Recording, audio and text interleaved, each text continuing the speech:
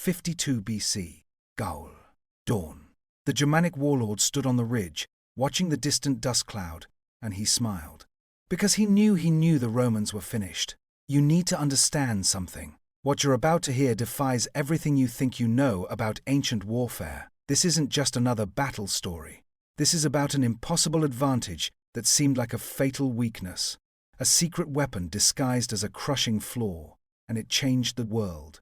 The Germans had the Romans exactly where they wanted them. 3 days behind, maybe 4.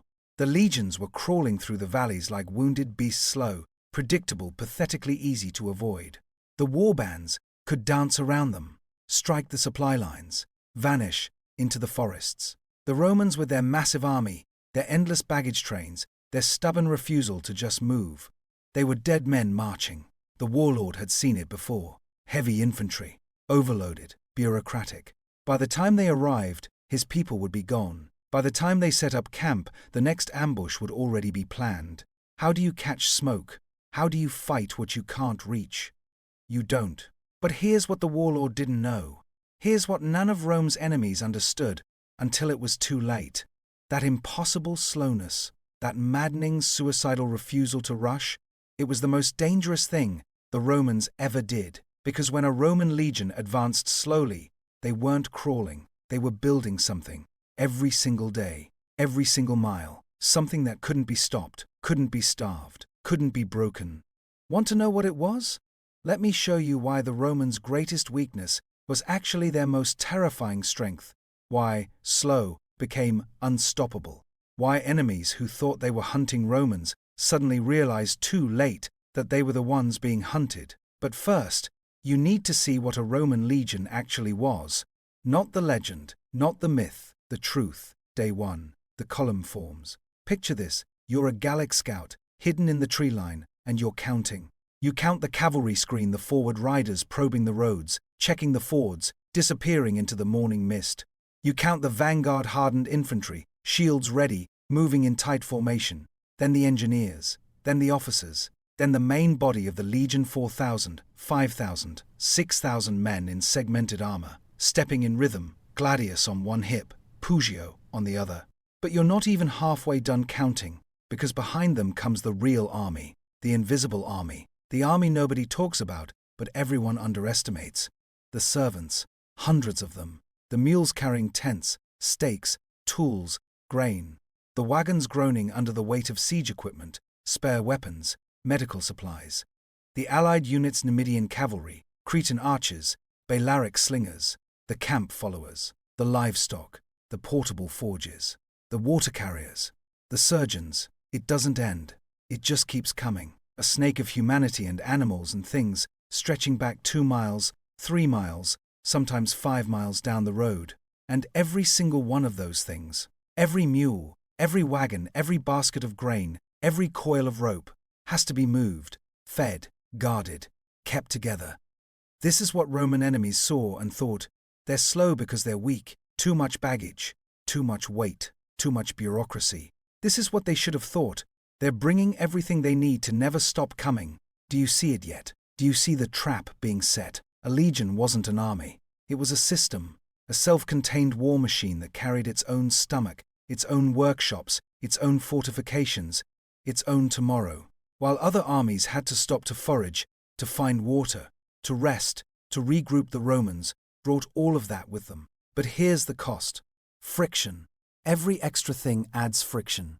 Every wagon needs a road wide enough. Every choke point becomes a bottleneck. Every river crossing takes hours instead of minutes. You can't just run with 1,000 mules and 200 wagons. You can't sprint through a forest when your column stretches to the horizon. Physics doesn't care about your tactics. So yes, the Romans moved slower than a light raiding force. Slower than cavalry. Slower than a warband traveling with nothing but weapons and hate. But slower than what? Here's where it gets interesting. Here's where the whole thing flips. Because modern scholars, the ones who actually did the math, discovered something unbelievable. When you calculate walking speed times hours, you expect armies to cover maybe 20-25 miles a day, right? Humans walk at 3 miles per hour, march for 8 hours. Simple. Except Roman legions rarely hit those numbers. 15 miles was common. 12 miles was normal. 10 miles in rough terrain. Why? Were the soldiers weak? No. Roman legionaries trained to march 20 Roman miles in 5 hours, and that's at the regular pace. At the faster step, 24 miles. These men were machines. So why did the whole army move like it was wading through mud? Because marching wasn't the only thing they were doing. Let me take you inside a single day. One slow day. Let me show you what the enemies never saw. Hour 1. Formation. The legion doesn't just wake up and walk. The fortified camp they built the night before, complete with ditches and ramparts, has to be disassembled. Tents struck. Equipment loaded. Soldiers armed and organized into marching order. The baggage sorted. The animals gathered. The order of march established. Who's in front? Who guards the flanks? Who protects the rear? This isn't chaos. This is orchestrated. Every man has a position. Every unit has a role. It takes time. An hour, sometimes 2. But it means when they move as one. Hour 2 through 6. The march. Now they're moving, but not blindly. Scouts are miles ahead, checking every hill, every forest, every river ford. Are there enemies waiting? Is the bridge intact? Is the road wide enough for the wagons? The column moves at the pace of its slowest element. A wagon gets stuck. Everyone waits. A river needs crossing. Engineers build a temporary bridge while cavalry guards the flanks. The column can't stretch too far, or it becomes vulnerable, so there are regular halts to keep cohesion. And if the terrain is rough, forget the schedule. Caesar himself described marches where soldiers had to pass equipment hand to hand through mountain passages, where they moved half-armed because the cliffs were too narrow, where a day's march meant covering ground you could walk in 2 hours if you were alone, unburdened, and not trying to keep 6,000 men together. This is why the math doesn't work, because marching speed assumes an open road and no complications. Roman armies had neither, but here's what they did have. Hour 7, the impossible thing. It's late afternoon. The enemy scouts are reporting back. They only made 12 miles today. They're exhausted. They've stopped for the night. Perfect. Time to raid the camp. Time to harass them. Time to wait. What are they doing? The Romans aren't resting. They're building. Every single man in the legion except those on guard duty is now an engineer. They're measuring out the camp in a perfect rectangular grid. They're digging a ditch, 6 feet deep, all the way around the perimeter. They're piling the dirt into a rampart. They're sharpening stakes and planting them on top. They're constructing gates. They're setting up internal streets, command tents, supply depots. In 3 hours they build a fortress. Not permanent, not stone, but a fortress nonetheless. Ditch, wall, palisade, defensible, organized, identical to every other camp they've built, so every soldier knows exactly where everything is in the dark. And tomorrow? They'll tear it down and build another one, 12 miles up the road. This is what broke their enemies' minds. This is what seemed impossible. Because while the Gauls, the Germans, the Parthians were setting up simple camps, maybe a ring of tents, maybe some fires, the Romans were constructing fortifications that would take a dedicated assault to breach every single night. Do you understand what this means? It means you can't surprise them. You can't catch them sleeping. You can't raid their supplies without facing walls and ditches and organized resistance. It means that even when they're stopped, they're not vulnerable. It means that slow march brought them something their enemies couldn't match: security. But security alone doesn't win wars. Day 2. The realization. The Germanic warlord isn't smiling anymore. His scouts came back with reports that made no sense. The Romans built a fort last night, a complete fort, in hours. And this morning they tore it down, packed it up, and started marching again. 12 miles yesterday. Maybe 15 today. Still slow. Still catchable, right? But here's what's crawling into his mind like ice water. Where are they getting their food? His own warriors are hungry. They've been ranging through these valleys for weeks, and the local villages are picked clean. Foraging takes time. Hunting takes time. You can't feed thousands of men without stripping the countryside bare, and once it's bare, you have to move or starve. The Romans should be starving by now. They're not. Because that impossibly slow baggage train, the one that seems like such a burden, such an anchor dragging them down, is carrying tons of grain. Literally tons. Enough to feed the legion for days, maybe weeks if rationed. They're not foraging every night like desperate animals. They're eating scheduled meals from organized supplies. The warlord is starting to understand something terrible. The Romans aren't slow because they're weak. They're slow because they're thorough. And thorough doesn't get tired. Thorough doesn't run out of food. Thorough doesn't panic when the road gets hard. Thorough just keeps coming. Let me show you why this was supernatural. Why it defied everything ancient warfare was supposed to be. Most armies in the ancient world moved fast and light, or they moved slow and died. You picked one. Speed meant survival, hit hard, grab what you need, disappear before the enemy concentrates. That's how the Gauls fought, how the Germans fought, how the Parthians fought. But speed had a price. Fragility. Run out of food. Your army dissolves. Lose your momentum? Your warriors go home. Get caught in bad terrain? You're slaughtered because you can't organize a defense fast enough. The Romans said, what if we don't choose? What if we move methodically, not fast, but not fragile? What if we carry everything we need? What if we protect ourselves every single night? What if we trade speed for the ability to never stop? It seemed impossible. The math didn't work. An army that big, that loaded down, that obsessed with building campsite should collapse under its own weight. Except it didn't. Why? Because the Romans understood something their enemies didn't. War isn't a sprint. It's a siege against distance. And they built a machine designed to win that siege. Let's talk about what made this machine work. Let's talk about the system. The logistics miracle. There's a book, a standard scholarly reference called The Logistics of the Roman Army at War by Jonathan Roth. The entire point of this book, hundreds of pages of research, can be summed up in one sentence. The army's stomach set the pace. Not courage, not tactics, not discipline. Food. A Roman legion needed roughly 15 tons of grain per day. 15 tons. And that's not counting fodder for the animals' mules, oxen, horses. They needed another 30-40 tons of hay and feed. Every single day. You know what that means? It means the Romans couldn't just wing it. They couldn't just hope to find enough food along the road. They had to plan. They had to establish supply lines, requisition depots, arrange transport, coordinate with allied cities. And here's the miraculous part. They did. Roman armies on campaign moved inside an invisible web of supply infrastructure. Before the legion even arrived, agents were negotiating grain purchases. Engineers were improving roads. Supply dumps were being positioned. Ships were moving up rivers with provisions. The legion you saw marching, that was just the tip of the spear. Behind it was an entire economy mobilized for war. But that's also why they moved slowly. Because you can't move faster than your supply line. You can't outrun your own stomach. Push too fast and you arrive exhausted, hungry, vulnerable. The enemy doesn't even need to fight you, they just wait for you to eat yourself into weakness. The Romans refused that trap. They moved at the speed of sustainability, and that made them unbeatable over time. But there's another piece to this. Another impossible thing the Romans did that seemed like madness. The marching order. Imagine you're a Roman tribune, and you're planning tomorrow's march.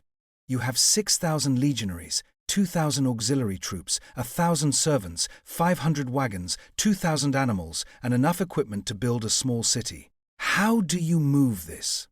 You could put the soldiers in front fast armed, ready for battle, but then the baggage lags behind, vulnerable to raids, and when you stop for the night, you're waiting hours for your supplies to catch up. Can't build a camp without tools, can't eat without food arriving. You could put the baggage in front, it sets the pace, everything arrives together. But now you're fighting men are trapped behind a slow-moving wall of wagons, and if the enemy hits the front of your column, you can't deploy quickly. Every choice is a compromise. Every decision is a trade-off. The Romans developed procedures for this. Different march orders for different situations. If they expected combat, heavy infantry screened the baggage. If they were in safe territory, the baggage moved with less protection, but more speed. If the terrain was dangerous, narrow passes, thick forests, they'd send the cavalry ahead to secure the route, then funnel the column through in carefully managed waves. It was slow, methodical, deliberate, but it was also safe. Roman columns didn't get ambushed easily. They didn't lose their baggage trains to quick raids. They didn't arrive at the battlefield with half their armies scattered across 10 miles of road. They arrived together, organized, ready, and that's when enemies started to realize, you can't ambush a machine that never lets its guard down. But surely, there were times when the Romans needed to move fast, right? Times when slow wouldn't work. Yes. And that's when the real genius showed itself, the fast march. Vegetius, a late Roman military writer, gives us the training standards. 20 Roman miles in 5 summer hours. That's roughly 24 modern miles in 5 hours. That's a 4.8 mph pace sustained in formation with gear. That's brutal. But Roman soldiers trained for it. They could do it. The physical capability was there. So why didn't field armies do this every day? Because training standards aren't campaign reality. 20 miles with your personal gear and a light pack, achievable. 20 miles with your personal gear, your share of the tent, your share of the millstone, your cooking equipment, 3 days of rations, 2 palisade stakes, your tools, while staying in formation, while protecting a baggage train, while scouting ahead, while fortifying a camp at the end. Impossible, not impossible for one day. Soldiers can push through anything for one day. Impossible to sustain. And that's the key word. Sustain. A Germanic warband could force march 30 miles in a day. Once, maybe twice. Then they'd collapse. They'd need rest. They'd need food. They'd need recovery. A Roman legion could march 15 miles a day. Every day. For months. Who wins that race? The one who's still standing when the music stops. But here's where it gets even more interesting. Because the Romans could move fast when they needed to. They just paid for it differently. Caesar describes forced marches, where the legions covered extraordinary distances, but they left the baggage behind, moved with minimal supplies, risked everything on speed. And it worked when the strategic situation demanded it. But those were exceptions. Calculated risks. The default was methodical. Because methodical worked. Day 5. The trap closes. The Germanic warlord is no longer hunting Romans. He's running from them. Because here's what happened. While he was dancing around them, raiding their flanks, celebrating their slowness, the Romans were advancing. Not fast, not dramatically, just steadily, relentlessly. 15 miles a day, then another 15, then another, and every night they built a fortress. Every morning they tore it down and kept coming. His warriors are exhausted from constant movement. The Romans are fresh because they pace themselves. His supplies are gone. The Romans still have grain. His forces are scattered across the countryside. The Romans are concentrated in one place, behind walls, organized, and now impossibly, defying everything he thought he knew about warfare. The slow army has caught the fast one. How? Because speed without endurance is just exhaustion with extra steps. The Romans understood something profound. In war, the winner isn't who moves fastest. It's who's still moving when everyone else has stopped. But there's one more piece. One more impossible advantage hidden inside that maddening slowness, and it's the most terrifying one of all. The strategic weapon. You want to know the most unbelievable part? The part that makes absolutely no sense until you see it in action. The Romans were slow on purpose, not because they had to be, not because they couldn't move faster, but because slow was the weapon. Let me prove it to you. 58 BC, Caesar in Gaul. The Helvetii, massive tribal migration. Hundreds of thousands of people are moving through Roman territory. They're fast, mobile, dangerous. They've been raiding, burning, taking what they need. Caesar needs to stop them. Any other commander thinks, I need to catch them. I need speed. Strip down, move light, run them down before they escape. Caesar thinks, I need them to come to me. So he does something insane. He marches methodically, carefully, and positions his legions between the Helvetii and their destination. Then he waits, behind fortifications, with supplies, with organized, rested troops. The Helvetii have a choice: fight through the Romans or starve. They choose to fight. They lose. Because the Romans didn't win by catching them. They won by making speed irrelevant. This is the pattern, over and over. Against the Gauls, against the Germans, against the Parthians, the Dacians, the Britons. Roman enemies thought, we're faster, so we control when and where we fight. Romans thought, we're a fortress that moves. Come fight the fortress, or watch it take everything you have. It's psychological warfare, disguised as logistics. The enemy sees a slow army and thinks they have time to prepare, time to maneuver, time to choose the battlefield. Then they look again, and the Romans are closer. Still slow, still methodical, but closer, then closer still. And suddenly the enemy realizes, time is running out.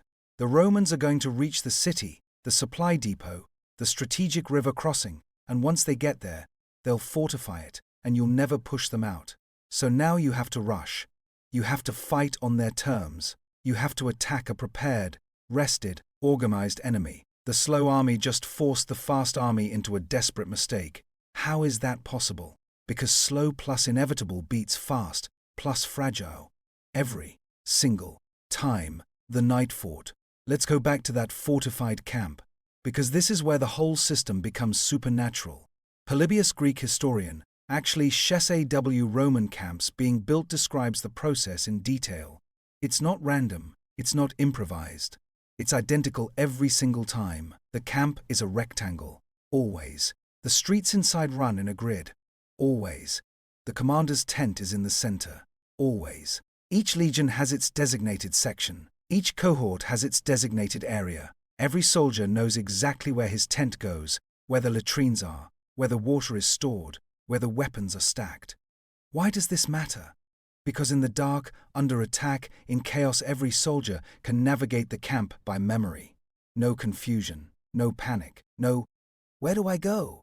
Or, where are the reinforcements? You could wake a Roman soldier at 3 a.m. in a camp he'd never seen before, and he could find the main gate in the dark. Because every camp was the same camp. This is insane. This is the kind of standardization that shouldn't exist in the ancient world. But it did, and it made Roman camps nearly impossible to overrun. Enemies would attack at night, the classic ancient warfare tactic. Catch them sleeping, create chaos, break their morale. Except Romans didn't panic. The alarm sounds. Instantly, every soldier knows his position. The camp is already fortified, ditch, wall, stakes. The gates are controlled choke points. The reserves know exactly where to reinforce. What should be a devastating surprise attack becomes a slaughter of the attackers. The Vercingetorix learned this. Ambiorix learned this. Arminius learned this, though he found the one exception, and we'll get to that. The pattern was attack the Roman camp, lose hundreds of warriors, achieve nothing. Watch the Romans pack up the next morning and keep marching. It broke morale. It broke momentum. It broke the will to fight.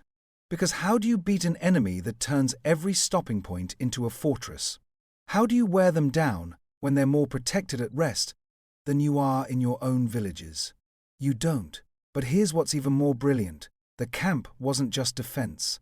It was projection. The camp as territory. Every time the Romans built a camp, they were claiming ground. Not permanently. Not legally. But psychologically. They were saying, we're here. We're organized. We're staying as long as we want. And when we leave, we'll be back. To tribal peoples who thought of territory as something you control by presence, the Romans were rewriting the rules. They could project power into your land, stay for weeks, and you couldn't dislodge them without massive casualties. It was demoralizing, infuriating, impossible to counter. Because even when they left, you knew they could come back. You knew that slow, methodical machine could return any time, set up camp in your territory, and become an immovable object. The Romans turned movement itself into occupation. But surely there were situations where this system failed, right? Where slow was just slow? Yes. And those failures teach us why the system usually worked. The exceptions. Keuterberg Forest, 9 AD. 3 Roman legions under Varus, marching through dense Germanic territory. They got ambushed, destroyed, annihilated. Why? What went wrong? They abandoned the system. Varus trusted his Germanic guide Arminius, who was secretly planning the betrayal. The legions marched through impossible terrain, stretched out, unable to form proper defensive positions. They couldn't build proper camps because the ground was wrong and the column was too scattered. The baggage train became an anchor instead of an asset, and the Germans hit them over and over for 3 days until the legions broke. It's the most famous Roman military disaster in history. But here's what's remarkable. It took a betrayal, perfect terrain, and days of continuous assault to break 3 legions. Even when everything went wrong, even when the system failed, the Romans still lasted 3 days. That's how strong the system was. And Rome's response? They didn't abandon the system. They reinforced it. Future campaigns into Germany were even more methodical, even more careful about camps and supply lines. Because the exception proved the rule. When Romans followed the system, they were nearly unstoppable. When they didn't, they were vulnerable, like anyone else. So they followed the system. The terrain factor. Let's talk about something the enemies never fully appreciated. The Romans knew terrain was their enemy too. They weren't stupid. They weren't blind to the fact that mountains slow you down, rivers stop you, forests scatter you. But their response was, then we'll bring the tools to fix terrain. Bridges, roads, surveying equipment, engineering corps, whose job was to make the impossible passable. Caesar describes crossing rivers by building temporary bridges not over days, but over hours. His engineers could turn an obstacle into a highway with supernatural speed because they practiced it. They carried the materials. They had the procedures memorized. The Germans would destroy a bridge and think, that'll stop them for weeks. The Romans would rebuild it in a day. The Gauls would retreat behind a river and think, we're safe. The Romans would ford it at 3 points simultaneously while building 2 bridges. It seemed impossible. It seemed like the kind of thing that takes time, the one thing a campaigning army doesn't have. But the Romans made time by moving slowly everywhere else. They spent their efficiency budget on engineering instead of marching. They traded speed for capability. And capability wins wars. The pacing strategy. Now we get to the deep strategy. The thing that makes this entire system a work of genius. Roman commanders, the good ones, at least understood tempo. They knew that warfare isn't just about fighting. It's about making your enemy fight when you want, where you want, under conditions that favor you. Fast armies control tempo by striking before you're ready. But slow armies control tempo by making you strike before you're ready. Let me explain. A Roman legion advances slowly. The enemy watches. The enemy waits. The enemy thinks, I have time to gather more warriors, time to prepare the battlefield, time to choose my moment. But the Romans are also gathering. Reinforcements are marching from another province. Allied forces are joining up. Supply depots are being established. The net is tightening, and the enemy doesn't realize until it's too late. The Romans weren't delaying. They were preparing, slowly, methodically. And now the Roman force isn't 1 legion, it's 3, it's 5. It's an army so large and so well supplied that fighting it is suicide. So the enemy attacks before they're ready. Out of desperation, out of fear that waiting longer makes it worse. And the Romans rested, supplied, fortified, destroy them. The slow advance forced the enemy into a fast mistake. This is mastery. This is turning your weakness into their panic. The supply war. Here's another dimension. The Romans understood that you don't just fight armies, you fight food. A fast-moving enemy army needs to forage, needs to raid, needs to strip the countryside to survive. But if the Romans are advancing slowly, steadily, they're controlling more territory every day. They're putting more villages under their protection. They're making foraging harder. The enemy gets hungrier, gets more desperate, starts losing warriors who go home because there's no food. Meanwhile, the Romans are still eating their organized rations from their organized supply train. It's a siege in reverse. The Romans don't need to surround you. They just need to advance until you're surrounded by areas you can't safely forage anymore. And then you either fight or starve. The Romans were killing enemies without swinging a sword, just by existing in their slow, methodical, impossible way. But there's one final piece. One last impossible thing that made this whole system work. The thing that made slow, truly unstoppable, the human element. You want to know what really made the system work? What made it impossible to break? The soldiers believed in it. Think about that. Think about what it means to be a Roman legionary watching your enemies dance around you, taunting your slowness, raiding your flanks, celebrating how they're winning. Any other army, morale collapses. Soldiers start thinking, we're losing, we're too slow, we're going to die out here. But Roman soldiers, they've trained for this. They've been taught the system. They've practiced building camps 100 times. They've marched those brutal training distances. They know the plan. and they've seen it work. Maybe not personally, maybe this is their first campaign, but the stories are everywhere. The veterans tell them, the centurions remind them, the tribunes reinforce it. Yes, we're slow. That's the point. We're going to arrive together, we're going to be rested, and we're going to crush them when it matters. That belief, that unshakable faith in the system is what made it supernatural. Because an army that trusts its process doesn't break, doesn't panic, doesn't second guess. It just keeps coming. The centurions. Here's who made it real. The centurions. The backbone of the legion. Career soldiers. Men who'd done this for years. Who'd built 100 camps. Who'd marched 1,000 miles. Who knew the system worked because they'd seen it work. When the young soldiers got nervous about the slow pace, the centurions steadied them. When the camp building seemed pointless after a long march, the centurions drove them. When enemies harassed the column, the centurions kept discipline tight. They were the living proof that slow wins, that methodical survives, that the Romans who follow the system go home, and the soldiers who trusted them became part of the machine. This is what enemies couldn't replicate. You can train warriors to fight. You can't train warriors to believe in a system that looks like losing for weeks before it wins. The Romans did both. Day 10, the endgame. The Germanic warlord isn't running anymore. He can't. His warriors are exhausted. His supplies are gone. The villages that supported him are now behind Roman lines. His allies have melted away back to their own territories, their own survival. And the Romans? Still coming. Still building camps.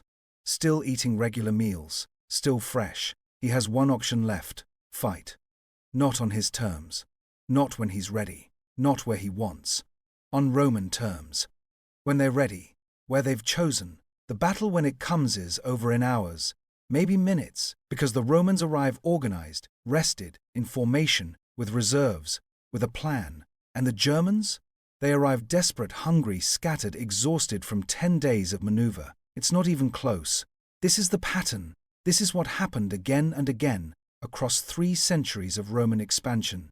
The enemy sees a slow army, thinks they're winning, celebrates their mobility, raids the flanks, dances around the lumbering beast. Then, the beast arrives. And it's not tired. It's not disorganized.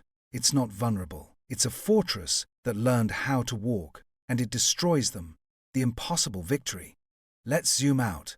Let's see the full picture.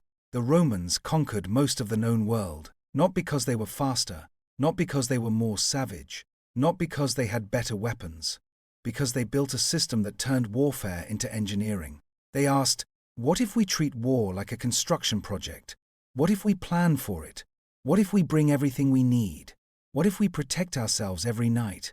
And the answer, the impossible, unbelievable, defiant answer was, then we become unstoppable.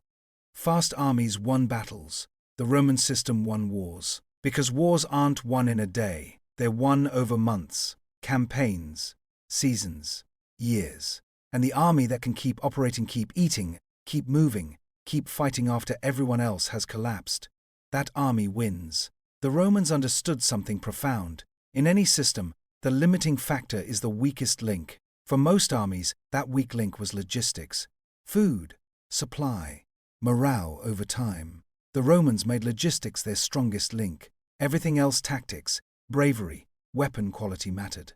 But none of it mattered more than the ability to keep the army alive and functional day after day after day. So they sacrificed speed. They sacrificed mobility.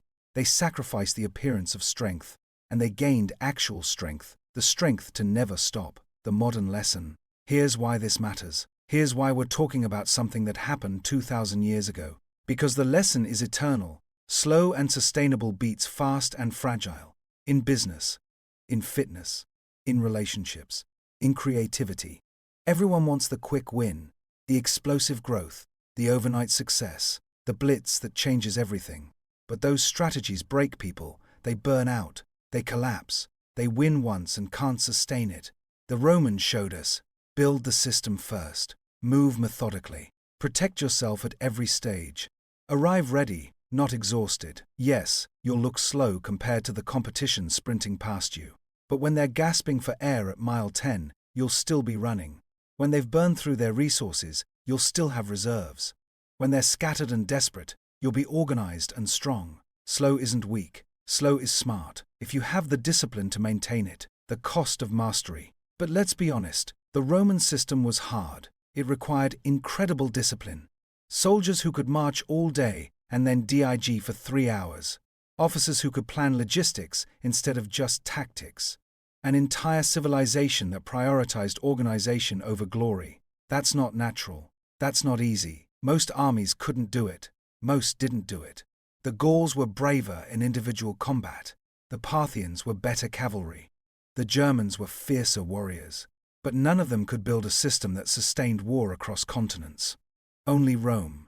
And it's because Rome was willing to do the boring work, the unsexy work, the work that doesn't make for good stories until you realize it's the only work that creates empires. Digging ditches every night, boring, but it saves lives. Carrying extra supplies, tedious, but it prevents starvation. Moving slowly, frustrating, but it keeps the army together. The Romans embraced the boring mastery, and it made them legends, the breaking point. Of course, the system had limits. We saw Teutoburg. We could talk about Carrhae, where Crassus's legions were destroyed by Parthian cavalry because he pushed into terrain where Roman advantages didn't apply. The system wasn't magic. It was engineering. And engineering has constraints. In dense forests, where camps couldn't be built properly, vulnerable, against enemies who refused to fight pitched battles.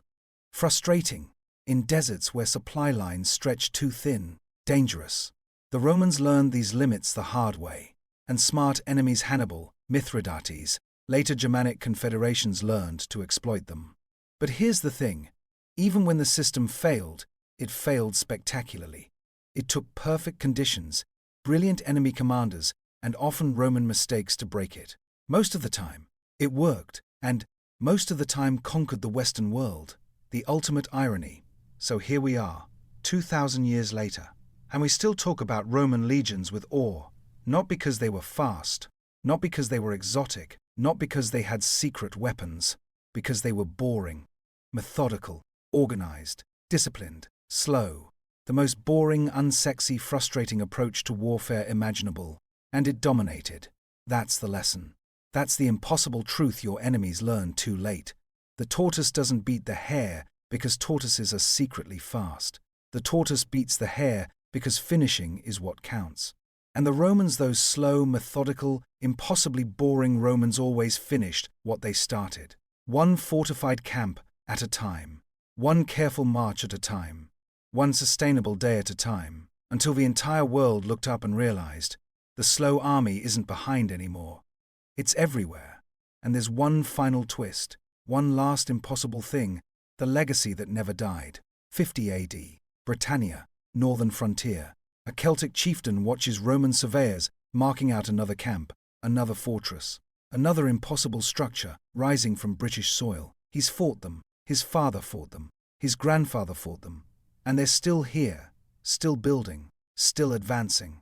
Not quickly, never quickly, but they never leave. That's the final impossible thing, the thing that makes the whole story complete. The Romans didn't just win battles with their slow system. They won centuries, because that nightly fortified camp, sometimes it didn't get torn down, sometimes it became permanent, sometimes it became a fort, then a garrison town, then a city, London, Paris, Vienna, Cologne, Istanbul. How many modern cities started as a Roman camp that was built in an afternoon and just never left? The slow advance became permanent occupation. The temporary fortress became civilization. That's not just military genius. That's civilizational genius. The enemy thought, they'll leave eventually. Occupations don't last. The Romans thought, we're not occupying, we're building. And 2,000 years later, roads they built still carry traffic. Aqueducts they engineered still stand. Cities they founded still thrive. The slow army didn't just conquer space. It conquered time. The exponential effect. Here's what makes it supernatural. The system amplified itself. Every successful campaign trained more soldiers in the method. Every victory proved the system worked. Every generation of centurions taught the next. Every legion that built camps for years became an expert at it. The Roman military was a learning organization centuries before that concept existed. They documented tactics. They wrote manuals. They studied failures. They adapted to new enemies while keeping the core system intact. When they fought the Parthians and learned that heavy cavalry could devastate traditional formations, they adapted, added more auxiliary cavalry, changed deployment patterns. But they kept the camps, kept the logistics, kept the slow, methodical advance, because those were the load-bearing walls. Remove them, and the whole structure collapses. The Romans knew what to change and what to protect. That's wisdom most civilizations never achieve. The enemy's perspective final act. Imagine you're that Germanic warlord. Years later, older, wiser, someone asks you, how did Rome beat us? What do you say? They were stronger? No. Your warriors were brave. They were faster? No. You ran circles around them. They had better weapons? No. Your swords were just as deadly. The truth, the impossible, infuriating truth is, they were more patient. They were willing to be slow when slow was right. They were willing to look weak when looking weak was strategic. They were willing to do the boring, exhausting work every single day. And we weren't. We wanted glory now, victory today. We wanted the quick raid, the sudden strike, the heroic charge. They wanted victory, period, no matter how long it took. And victory doesn't care about your timeline. The modern lesson. Here's the wildest part. Modern militaries still study Roman logistics. The US Army War College teaches Roman campaigns. NATO logistics officers read about Caesar's supply lines. Every military planner learns the lesson. Amateurs talk tactics, professionals talk logistics. That's a Roman lesson. Because the Romans proved conclusively, repeatedly, impossibly that wars are won by the side that can keep fighting when everyone else has stopped. Not the side with the best technology. Not the side with the bravest soldiers. The side with the best system. Modern armies move with supply trucks instead of mule trains. They build FOBs instead of palisade camps. They use satellite communication instead of signal flags. But the principle is identical.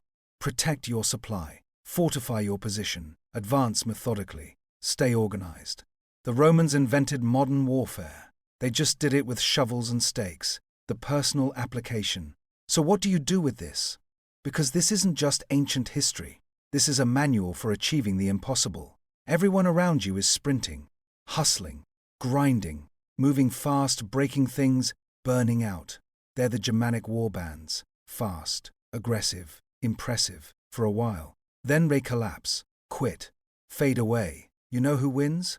The person who builds the system. The writer who writes 500 words every single day instead of 5,000 words once a month. The entrepreneur who grows 10% yearly for 10 years instead of 300% once and then crashes. The athlete who trains consistently for years instead of going all out for weeks. Slow, methodical, boring, and unstoppable. Because when you build systems, you build sustainability. And sustainability means you're still in the game when everyone else has quit. The Romans didn't win because they were superhuman. They won because they were systematic humans, and you can be that too. The final impossible truth. The Germanic warlords' descendants eventually learned. They adopted Roman methods. They built their own systems. They became civilized. And they discovered the Romans weren't lying. Slow works, systematic wins. The impossible becomes inevitable when you're patient enough to see it through.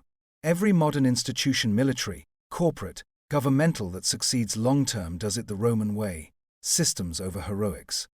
Sustainability over speed. Discipline over brilliance. Because brilliance burns out, discipline endures. Speed is thrilling. Slow is eternal. The Romans weren't slow because they were weak. They were slow because they were inevitable. And inevitable doesn't hurry. Inevitable doesn't panic. Inevitable doesn't quit. Inevitable just keeps coming. One camp at a time. One march at a time. One impossible day at a time. Until everything changes. Until the fast runners collapse. Until the whole world looks back and asks, how did they do that? And the answer, the simple, boring, impossible answer is, they built a system. They trusted it. They followed it. Every single day. No shortcuts. No panic. No glory seeking. Just the work. The boring, essential, life-saving work. That's how Rome conquered the world. That's how you conquer yours. Not by being the fastest.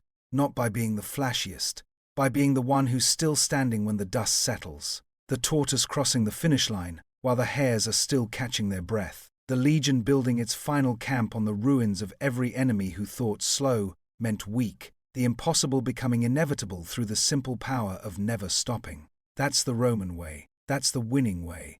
That's the only way that lasts. Now go build your camp. Dig your ditches. Carry your supplies. Move slowly. Move carefully. Move forever. And watch the world fall to your impossible, unstoppable, methodical advance. One day at a time.